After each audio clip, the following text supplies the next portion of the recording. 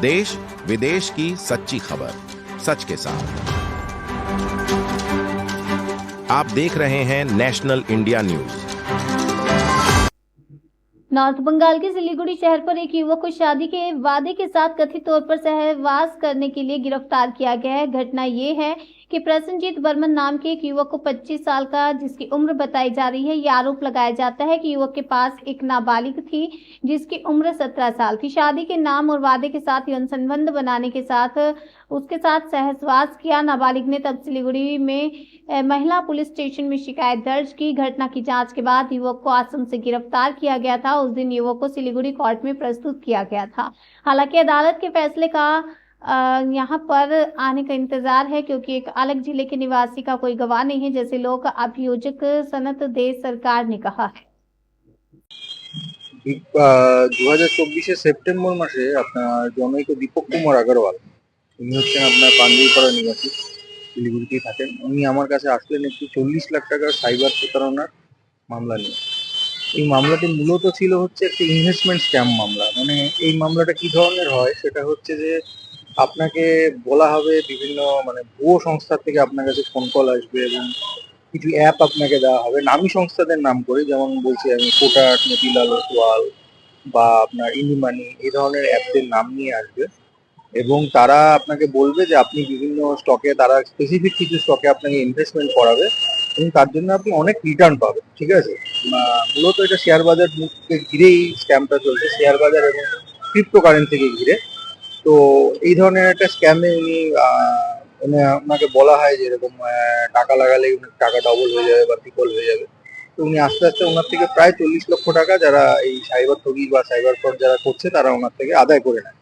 ঠিক আছে, তারপরে উনি যখন ব্যাপারটা বুঝতে পারেন, উনি সাইবার থানায় এসে এফআইআর দায়ের করেন এবং আমার সঙ্গে যোগাযোগ করেন যে বিষয়টাকে নিয়ে কিভাবে করা যেতে পারে। তো তারপরে আমি সাইবার থানায় আসি, ওনাদের সঙ্গে লিয়াসন মেনটেন করি বিষয়টা নিয়ে এবং ওনারাও যথেষ্ট এই বিষয়ে আমাকে সহযোগিতা করেছেন এবং সাইবার থানার অফিসাররা যথেষ্ট এটাকে নিয়ে কেটেছেন। মামলাটা নিয়ে প্রচন্ড তদন্ত করার পরে অনেক দিন ধরে তদন্তটা চলার পরে হঠাৎ করেই সাইবার থানার কাছে একটা লিড আসে ভালো, যে একজন চাইকে পাওয়া গেছে এই কেসের মধ্যে। তো সেই চাইকে ধরা হলো আপনার দারভাঙ্গা, বিহার দারভাঙ্গা থেকে যে চাই তাকে ধরে আনা হয়েছে এবং প্রায় তার কাছ থেকে আমরা আশা করছি যে ওনার থেকে প্রায় 10 লক্ষ টাকার উপরে একটা লিড পাওয়া গেছে এই কেসটা আছে। অন্যান্য কেসে উনি জড়িত আছেন এবং কতজন জড়িত রয়েছে এই ধরনের মামলাগুলো। কি বলুন তো, এটা একটা অর্গানাইজ সিন্ডিকেট গোছের মামলা। তো এগুলো এখন আর সেই নর্মাল সাইবার ক্রাইম নেই, এগুলো একটা সিন্ডিকেট চালায়। এই সিন্ডিকেটের মধ্যে এখন প্রচুর লোক জড়িয়ে গেছে।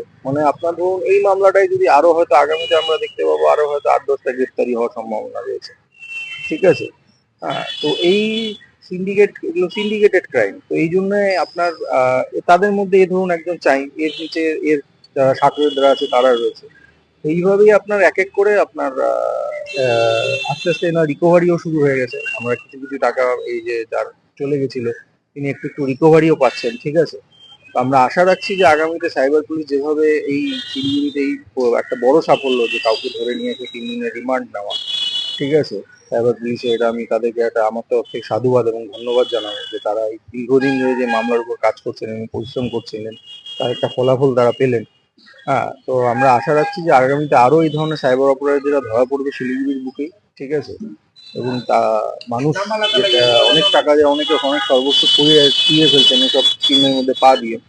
তো আস্তে আস্তে মানুষ বেশ কিছু টাকা পয়সা ফেরত পাবে আশা করছি। আমরা এই আশা রাখছি, এই বলেই আমি আপনাদের ধন্যবাদ জানাবো আপনাদের চ্যানেলের মাধ্যমে সাধারণ মানুষকে। তবে আমি একটা বার্তা দিতে চাই, সেটা হচ্ছে যে এইসব ইনভেস্টমেন্ট স্ক্যামের মধ্যে পা না দিয়ে যেগুলো সরকার স্বীকৃত বিভিন্ন ইনভেস্টমেন্টের উপায় আছে সেগুলোর মাধ্যমেই যেন তারা ইনভেস্ট করে আপনারা আগামীতে তারা যেন তাদের ভবিষ্যৎ পরিকল্পনা করে।